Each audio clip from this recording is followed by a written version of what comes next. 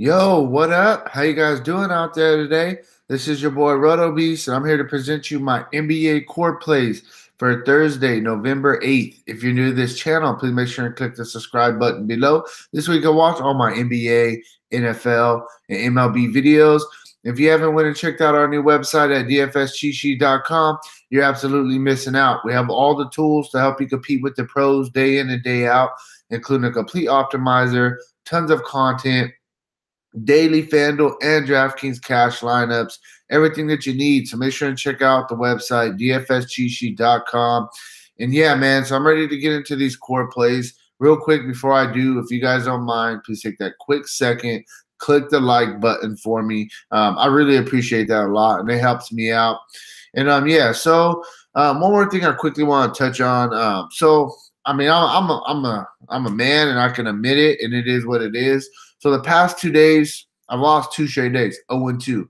But I'm not even mad about these 0-2, these two losses the past 2 days. It's like, honestly, we're just getting the shitty end of the stick. The lineups have been great. We've been on fire this whole entire NBA season, and these past 2 days easily could have been wins. We talk about 2 days ago, it was the day where you had Giannis.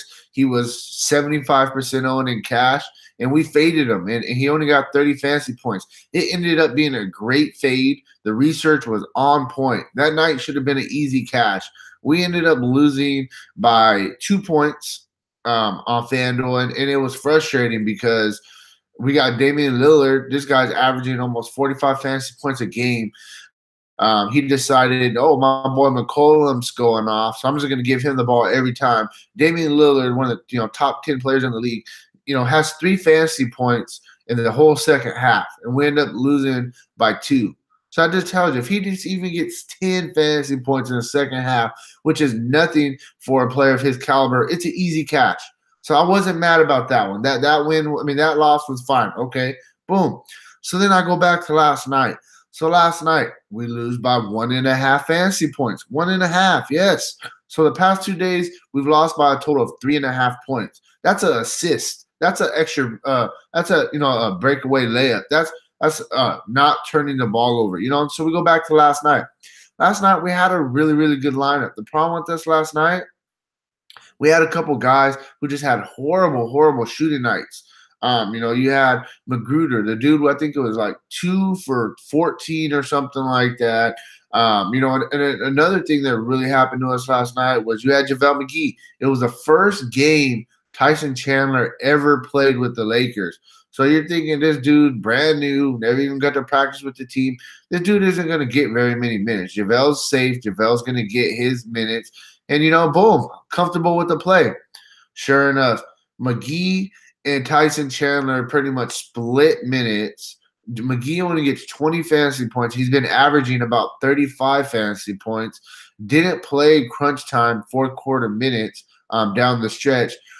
And so, the coach is really comfortable with Tyson Chandler, and that's something that we couldn't have predicted. And so my point about it is when you lose by 2 points, you lose by 3 points, something really close like that, you go back and you go look at your line and you say, okay, was this a bad play? Was this a bad play? Okay, this play didn't work out. Why didn't this play work out? And sometimes, the guys just have bad nights, and it is what it is. But that doesn't mean, oh my God, I've lost 2 straight days. I need to go switch my whole entire research process. I need to go try something absolutely different.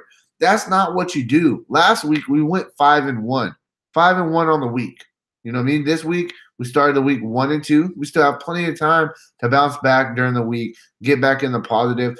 But my whole point of the whole thing was just because you lose doesn't mean you try to go switch everything up and you try to change stuff. Sometimes, things just happen. You get the bad luck. You get the short end of the stick is what I call it.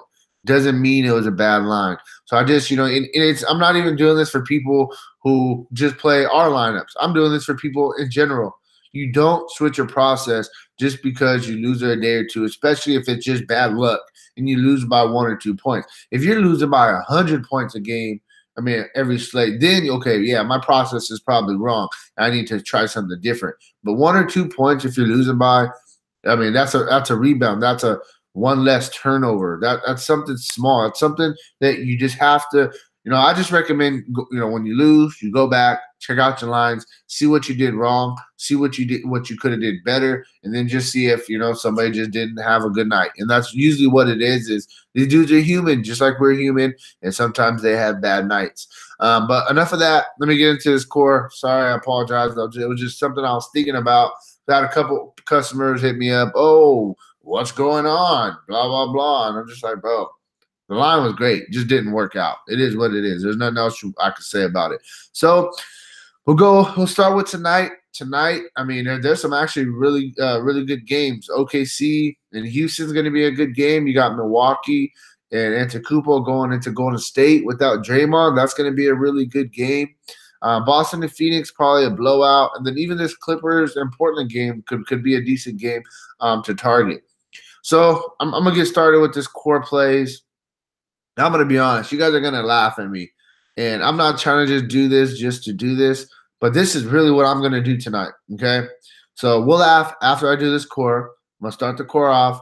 We talked about Golden State. Golden State has no Draymond Green. They're a team who plays, not too deep of a rotation as it is already. Now you got no Draymond Green, the guy who gets, 8 assists a game, 8 steals a game, couple buckets, plays defense. Where's all that going to go? Some people have to pick up that production. I think you're going to see the ball a lot more in Curry's hands, and you're going to see the ball a lot more in Kevin Durant's hands with no Draymond. So, hey, I'm going to go with my first guy, Steph Curry, 10-7. I understand the guy is, the price tag is up there a little bit, and he's coming off pretty much, one of the worst games of the season for him. So I definitely think the first thing first, I mean, the Golden State's going to rise up to the challenge against Antetokounmpo and a very, very good team. They want to prove, they can be good teams, not only bad teams. Second is this game should be a pretty fast-paced, up-tempo game. Steph Curry should get a ton of shots in this game. I love Steph Curry in this spot. I just think that he's given us a solid floor for our cash games. He's given us, GPP upside on a 10.7 price tag. I just think it's fair, especially with no Draymond. So there it is. Boom. Nothing special. Steph Curry, love him tonight. Next, we're going to the shooting guard spot real quick. So it's saying Westbrook is a game time decision tonight, etc. But they're saying, the injury he sustained the other day was somewhat of it wasn't no crazy bad injury, but it wasn't nothing like, oh, I could just play the next game. Obviously, we seen him sit out yesterday against Cleveland. Maybe they could have been sitting him out so he could play the second and another back to back. But I don't see Westbrook playing today. So you go right back to the well with Schroeder. Schroeder had a good second half against the Pelicans. I played him that night, and he hit value for us. Last night, going against Cleveland, I understand Cleveland isn't the best team, but Schroeder got 34 minutes and got us 40 fantasy points. Boom. We know he can do that. Look at earlier in the year when he was playing big minutes. He was getting us 30 to 40 fantasy points. That's what this dude does. So if Westbrook is out again, you go right back to the well with Schroeder. He's an absolute lock. Then we'll go to small forward position. Okay, this is where it's really going to get funny, and you guys are going to laugh, but this is the way I'm playing this tonight with no Draymond. I'm going with Kevin Durant, 10-8. It's going to give us a solid floor for our cash games. Very competitive game going against Antetokounmpo. These Warriors, if they want to win this game without Draymond, Kevin Durant, Steph Curry is going to have to step it up. They're both still under 11,000. Give me Durant, all right? So, hey, I'm not trying to get tricky on you guys today. This is really how I'm looking at this slate, and I'm not just recommending this. This is probably going to be my exact core that I'm giving you today. I absolutely love this core. So we're going to stay a small forward. Now we paid up for some guys. We need some value. Boom, there's a lot of value with no Draymond. With Draymond or without Draymond. Alfonso McKinney, the dude's been playing very well. He's still under 4,000. All you need for this dude to hit value is 19. You're going to tell me this guy can't hit 19? He was the main beneficiary with no Draymond. He got the crunch time. He got the minutes, before it turned into a blowout. And then even when it did turn into a blowout, he was still out there. He had a season high 29 minutes last game with Draymond going out. The guy, even before Draymond got hurt, he still had 26 and 27 minutes in 2 of the 3 games before that game. So the coach is really feeling this guy, and his price tag is just not going up. And he has upside. He has 35 fantasy point upside. We've seen that earlier in the year. I think this is just a really, really safe and good punt play. I think this guy's going to be really, really high owned. So boom, you go to McKinney. So we have 5,500 to fill out the rest of this roster. We're going to need another good value play. So guess what I'm going to do? I'm not trying to trick you guys. I'm not trying to surprise anybody. I'm going to look right back to the Warriors. Yes, I'm going to have 4 Warriors in this core today. It is what it is. I don't care. Hey, if you guys don't like it, don't play the core. But that's where it's at today. With no Draymond, everybody else is going to get a little bit more. So my biggest debate was, do I go with Looney? Looney's still under 4,000. He's getting, he's probably going to get right around 20 minutes, and he has, some double-double upside. So I like Looney. You can look at Jerebko. Jerebko's been getting some minutes already. But the thing about Looney and Jerebko is they both have already been getting close to 20 minutes a game. So they're already giving you, kind of a built-in kind of solid floor. But the guy that I'm liking, I think, he'll possibly get the start today, finally get some more minutes. He got some more minutes last game when Draymond went down. I think it's going to be Jordan Bell. He came in, played 21 minutes. He didn't do nothing special. I understand. 2, 2, 2, and 1. This is not exciting. There's nothing exciting about this. But 3.5, this is bare minimum price. And all we need for him to hit value, honestly, is about 17, 18 fantasy points. And if he's going to play, if he's going to play close to 25 minutes, if he's going to start, I love Bell in this spot. Everywhere I'm looking, they're projecting Bell to be the starter today. And if he's going to start, he's going to play, 25 minutes, 3,500. He's another premier punt play. So for me, I'm going to go with Jordan Bell as my 5th guy in this core. It does give me 6,000, pretty much why I like to leave you guys.